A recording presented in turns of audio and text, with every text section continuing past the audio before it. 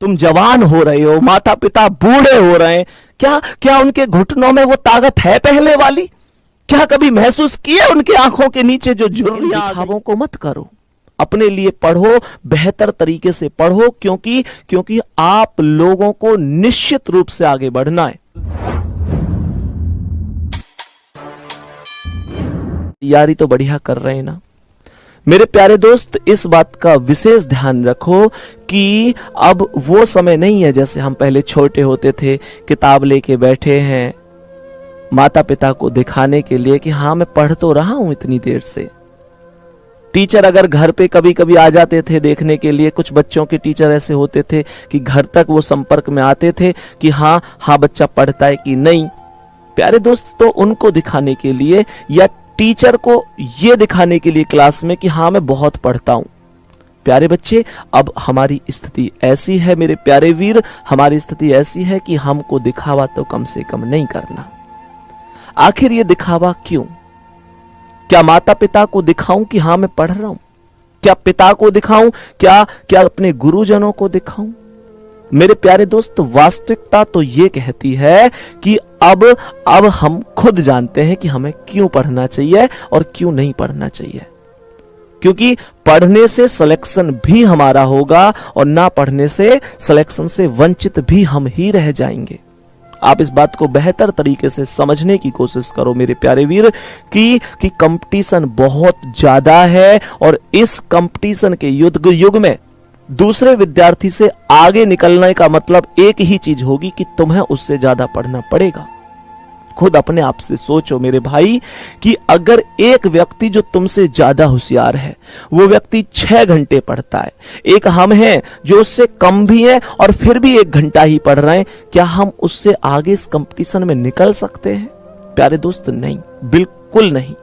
माता पिता के लिए, अपने गुरुओं के लिए इन दिखावों को मत करो, अपने लिए पढ़ो, बेहतर तरीके से पढ़ो, क्योंकि आप लोगों को निश्चित रूप से आगे बढ़ना है। प्यारे बच्चे, नौकरी लगनी बहुत बड़ी बात होती है। नौकरी लगते ही एक अलग ही माहौल होता है, बहुत सारी खुशियां जो शायद हमसे बहुत दिन से दूर होती हैं वो सब नजदीक होती हैं। प्यारे दोस्त, इस बात को समझो जैसे हम टीचर हैं। शायद बहुत बड़ी बात कह रहा हूं, लेकिन एक बात अच्छी तरीके से सुन लो, हमें इस बात से कोई फर्क नहीं पड़ता, दुनिया के किसी टीचर को इस बात से फर्क नहीं पड़ता। कमेंट में मैं ये कहूं कि यार इस बच्चे का सिलेक्शन होना चाहिए, नाम लूं मैं किसी का कि इसका सिलेक्शन होना चाहिए। तुम इस बात को समझो कि जिस दिन जीडी का रिजल्ट आएगा हम छाती ठोककर इस बात को कह देंगे कि हाँ हमने दिए इतने सिलेक्शन, 15,000, 20,000, 10,000, 5,000, हम कहेंगे ये सिलेक्शन हमने दिए। कोई और कहेगा कि सिलेक्शन हमने दिए। जो जितने सिलेक्शन देगा उतने बताएगा। लेकिन प्यारे दोस्त, कभी इस बात को तो नहीं कहेगा ना कि यार वो बच्चा लगना चाहिए था, वो क्यों रह गया। मेरे दोस्त, इस बात से टीचर को फर्क नहीं पड़ता। ये कड़वी सच्चाई, आप लोगों को हो सकता है यार ये बात लगे कि संदीप भैया इस बात को कह रहे हैं हमसे, पर सच्चाई ये है कि टीचर केवल ये देखता है कि हाँ मेरे बैच से इतने बच्चे सेलेक्ट हुए, उसे ये फर्क नहीं पड़ता कि वो तुम हो या कोई दूसरा हो। मेरे भाई, पर माता पिता के लिए, मम्मी पापा के लिए सिलेक्शन तुम्हें ही लेना है। सेलेक्ट उन्हें इस बात से फर्क नहीं पड़ता कि गांव में से 10 लोग लग गए, उन्हें इस बात से बहुत फर्क पड़ता है कि उनका बच्चा लगा कि नहीं लगा, उनका बेटा सेलेक्ट हुआ कि नहीं लगा, उनकी गुड़िया सेलेक्ट हुई कि नहीं हुई, उनको फर्क पड़ता है।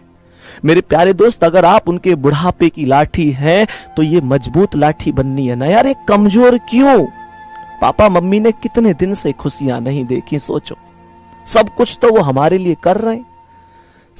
शायद ऐसा समय होता होगा कि वो मतलब अपनी इच्छाओं का दमन करके हमारे लिए कुछ करते होंगे। कभी भी चेक कर लेना, तुम्हारे पापा के पास हो सकता है पिछली सर्दियों में भी वही जर्सी थी और आज भी वही जर्सी, और हो सकता है अगली साल भी वही रहेगी, लेकिन तुमसे तो कोई शिकायत नहीं की उन्होंने। मेरे दोस्त, जिस बच्चे को आज तक राजकुमार और राजकुमारी की तरह उन्होंने पाला है, क्या उस बच्चे को ये अधिकार नहीं होना चाहिए कि एक दिन तो उस पिता को राजा बना के रखना है, एक दिन तो उस पिता का पूरे गांव में नाम करना है? अरे कहां गए तुम्हारे वो जज्बात, कहां गया तुम्हारा वो जुनून? क्या तुम्हारे शरीर में पानी चलने लग गया है? मेरे दोस्त, इस दुनिया में कोई भी अपना नहीं है, कोई भी अपना नहीं है, किसी के सामने रोने की जरूरत नहीं है, नाटक करने की जरूरत नहीं है। मेरे प्यारे दोस्त, वास्तविकता तो ये होती है कि कोई तुम्हारा दर्द रोज रोज सुनने का किसी के पास टाइम भी नहीं है। मेरे प्यारे वीर, उन माता पिता के लिए पढ़ो, अपने लिए पढ़ो। माता पिता के लिए ना भी सही तो एक समय ऐसा जरूर आएगा जब माता पिता तो चले जाएंगे इस दुनिया से, तुम्हें अपने दम पर जीना पड़ेगा। बोलो कैसे जियोगे भाई? गुरु को तो सीधी बात है, सिलेक्शन कोई भी ले ले, बड़ी बात है। मेरे प्यारे दोस्त, मैं उन बातों को नहीं करना चाहता कि मन में कुछ और चल रहा है, तुम्हारे सामने कुछ और कर रहा हूं। हाँ, ये है कड़वी सच्चाई कि टीचर पर फर्क नहीं पड़ता कि सिलेक्शन किसका हुआ। टीचर को बस इस बात से फर्क पड़ता है कि उसका टारगेट ये था कि एक बैच में अगर मान के चलो 10 बच्चे हैं तो उसे इस बात से फर्क पड़ता है कि उसका टारगेट था 10 में से 4 सिलेक्शन दूंगा, वो 4 पूरा हो गया उसका टारगेट। उसे इस बात से फर्क पड़ता है, उसे यह फर्क नहीं पड़ता कि वो 4 कौन थे। प्यारे बच्चे, वो तो तुम्हें पूरा करना पड़ेगा अपनी मेहनत से, अपने दम से। माता पिता को सारी खुशियां दिखानी है। तुम जवान हो रहे हो, माता पिता बूढ़े हो रहे हैं, क्या उनके घुटनों में वो ताकत है पहले वाली? क्या कभी महसूस किया उनके आंखों के नीचे जो झुर्रियां आ गई हैं? क्या कभी महसूस किया कि वो जैसे पहले सीधे चलते थे अब नहीं चल पाते, अब कमर झुका के चलते? कभी महसूस किया तुमने? तुम पूरी दुनिया में देख रहे हो ये कमी है, ये कमी है, ये कमी है। कभी बाप की आंखों में ये देखा तुमने कि पहले की अपेक्षा आज क्या है? लेकिन एक बात बताऊं, उनके पूरे शरीर को देख लेना, उनकी पूरी आत्माओं तक देख लेना, शायद पहले की अपेक्षा हर चीज में गिरावट आएगी, पर एक चीज आज भी ज्यों की त्यों बनी हुई है। एक चीज आज भी ज्यों की त्यों बनी हुई है, और वो चीज है शायद तुम्हें लेकर उनका विश्वास। हर भर्ती में विश्वास होता है उनको कि शायद इस भर्ती में मेरे बच्चे का सिलेक्शन हो जाए। वो कौन सी भर्ती होगी? जिस टाइम वैकेंसी आती है, वो गांव में बैठे हुए होते हैं, उन्हें कहीं से ये पता चल जाए ओ वैकेंसी आ गई। भाई साहब, वो हो सकता है तुम्हें नहीं बताते, पर मम्मी से जाते ही कहते हैं कि इस बार देखियो बच्चा सिलेक्शन ले लेगा और तू फिर देखना हमारे बुरे दिन टल जाएंगे। अब बुरे दिन ज्यादा दिन के नहीं है, तू परेशान मत होइयो, बेटा सब संभाल लेगा, मेरा बाबू सब संभाल लेगा, इस भर्ती में सिलेक्ट हो जाएगा। पिछली बार 1 नंबर से ही तो रहा था, कोई बात नहीं है, इस बार पूरा कर देगा। भाई मैं ये कह रहा हूं, इस बार मैं तुमसे पूछता हूं, किस बार करोगे तुम ऐसा? मेरे प्यारे दोस्त, वो माँ पिता से कहती है, हाँ मुझे पूरा भरोसा इस बार मौका होगा, सारा कर्ज उतर जाएगा, बैंक का पूरा लोन खत्म हो जाएगा, हमारी जिंदगी में फिर से खुशियां आएंगी। मेरे दोस्त, मैं तुमसे पूछना चाहता हूं, वो खुशियां लौटाओगे भी उन्हें कि नहीं लौटाओगे? मेरे प्यारे साथी, उन्होंने आज तक तुम लोगों को जो मांगा है सो दिया है। जो उन्होंने दिया है वो कहां से लेके आए, कहां से मांग कर लाए, कहां से कर्ज लेके आए, लेकिन तुमको दिया है। मेरे प्यारे दोस्त, अब समय आ गया है, हम उनका कर्ज तो नहीं उतार सकते, लेकिन उनको ये खुशियां दे सकते हैं ना कि यार मम्मी पापा मेरा सिलेक्शन हो गया। तुम्हें पता है वो कागज का टुकड़ा क्या मायने रखता है?